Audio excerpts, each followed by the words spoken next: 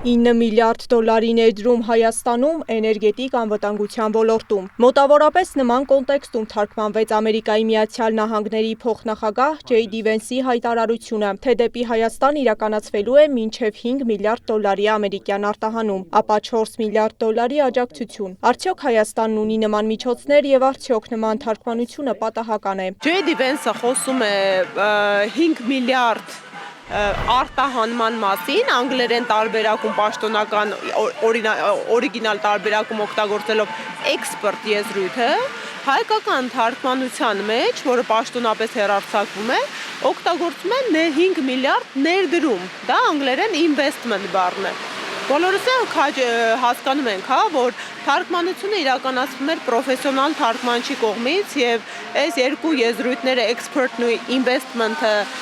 շփոթելը ուղղակի հնարավոր չէր։ Սա իշխանության հերթական քարոզչությունն է, քաղաքական վերլուծաբանն է պնդում։ Սրանք ներդրումներ չեն, այլ ուղղվելու են մոդուլային ատոմակայանի հնարավոր կառուցմանը։ 5 միլիարդի վճարումից եւ տեխնիկայի ձեռքբերումից հետո միայն Միացյալ Նահանգները Հայաստանին կտրամադրի 4 միլիարդ դոլար կառուցման աշխատանքների համար։ Դա բացարձակապես ներդրում չէ Հայաստանի տնտեսության մեջ, ինչը փորձ է արվում մատուցել պաշտոնական ռոպագանդայի մակարդակում, բառացիորեն ուղղակի խեղաթյուրելով հենց փոխնախագահ Վենսի խոսքերը, որոնցում ներդրում ձևակերպում բացարձակապես չի եղել։ Վենսի հայտարարությունը, թե Հայաստանն այն քիչ երկրներից է, որտեղ բավականաչափ վստահություն ունեն այս տեսակի տեխնոլոգիաներ ուղարկելու, մտահոգություն է առաջացրել փորձագիտական շրջանակում։ Միացյալ Նահանգներն այս ոլորտում փորձառություն չունի, եւ Հայաստանն այս առումով փորձադաշտի է վերածվելու։ Կարող է հետևանքային լինել բոլոր տեսանկյուններից, թե բնապահպանական, թե առողջապահական, թե էներգետիկ տեսանկյուններից։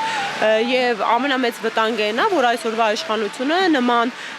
պատասխանատվությունները չակերտավոր ստանցնում եւ մեր պարանոցին է փաթաթում առանց ռիսկերը գնահատելու։ 9 միլիարդ դոլարը Միացյալ Նահանգների տնտեսության մասշտաբում փոքր գումար է, փոխարենը Հայաստանի համար է մեծ, ասում է սահմանադրագետը։ Եթե պայմանավորվածությունը գործի եւ ներդրումների որոշում կայացվի, դա հերթական բեռն է լինելու Հայաստանի տնտեսության վրա։ 17 միլիարդի արտաքին պարտք ունենք, սա անիրատեսական գումար է մեր համար, սա անիրատ 9 միլիարդ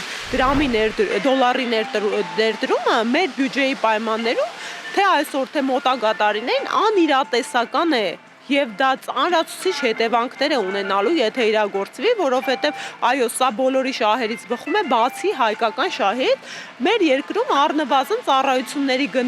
գները էապես թանկանալու են։ Ամերիկյան կողմը տերմինների այս շփոթությանը չի արձագանքել։ Ներկայում ոչ թե ներդրումներն են կարևոր, այլ խաղաղության հաջորդ փուլը։ Փորձագետների ուշադրությունից չի վրիպել Վենսի այս միտքը, իսկ թե որն է լինելու հաջորդ փուլն ու ինչպես է վճարելու Հայաստանն այս ներդրումների դիմաց, տեսանելի կդառնա մոտ ապագայում։